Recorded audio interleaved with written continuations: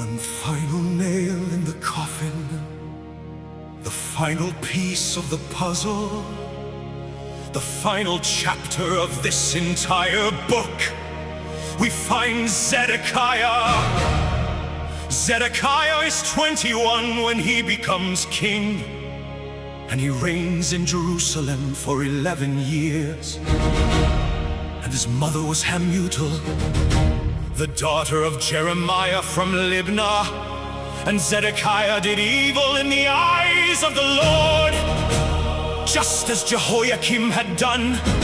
And it's because of the Lord's anger that all this is happening to Jerusalem and Judah. And in the end, he thrust them from his presence.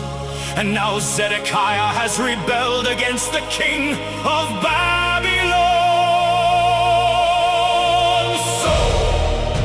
In the 9th year of Zedekiah's reign, on the 10th day of the 10th month, Nebuchadnezzar, king of Babylon, marched against Jerusalem with his whole army. And they encamped outside the city, and they built siege works all around it. The city was kept under siege until the 11th year of King Zedekiah. And by the 9th day of the 4th month, the famine in the city had become so severe there was no food for the people to eat. Then the city wall was broken through, and the whole army fled. They left the city at night through the gate between the two walls near the king's garden.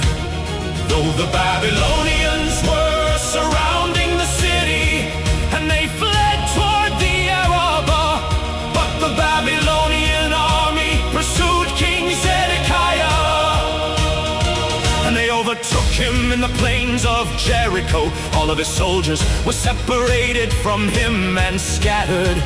And he was captured, and he was taken to the king of Babylon at Riblah, in the land of Hamath, where he pronounced sentence on him.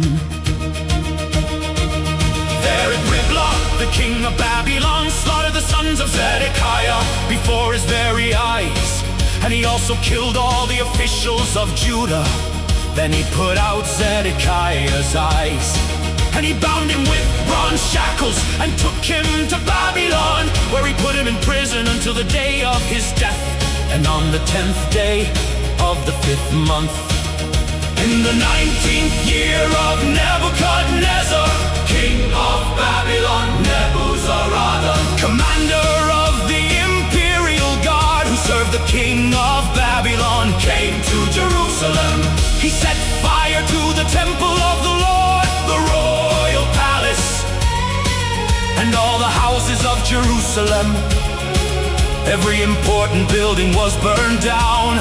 The whole Babylonian army, under the commander of the imperial guard, broke down all the walls around Jerusalem. Nebuzaradan, the commander of the guard, carried into exile some of the poorest people and those who remained in the city, along with the rest of the craftsmen and those who had gone over to the king of Babylon.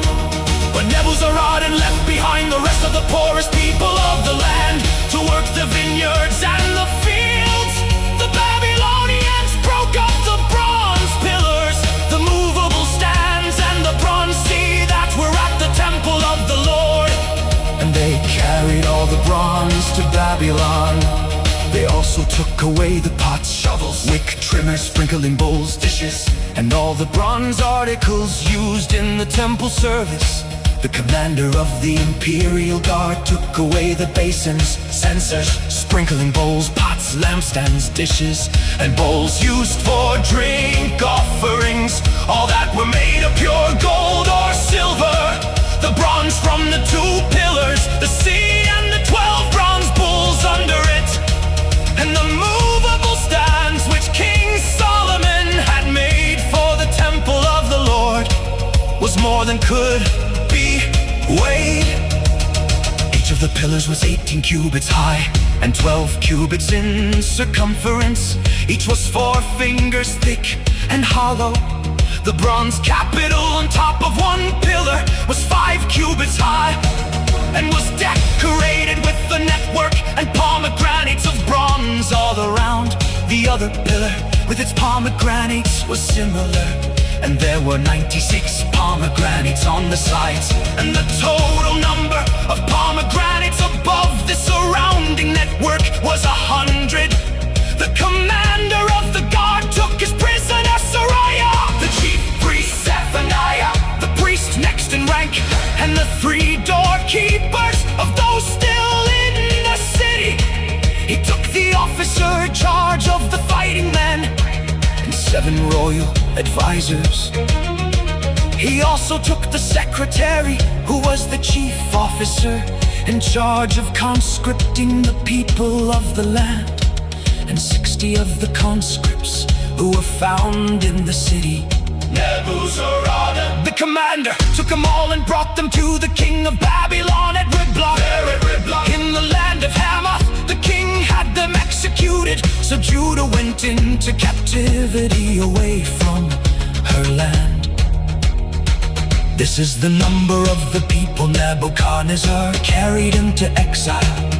In the 7th year, 3,023 Jews. In Nebuchadnezzar's 18th year, 832 people from Jerusalem.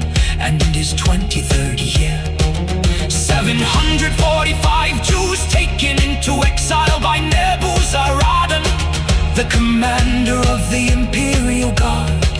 There were 4,600 people in all.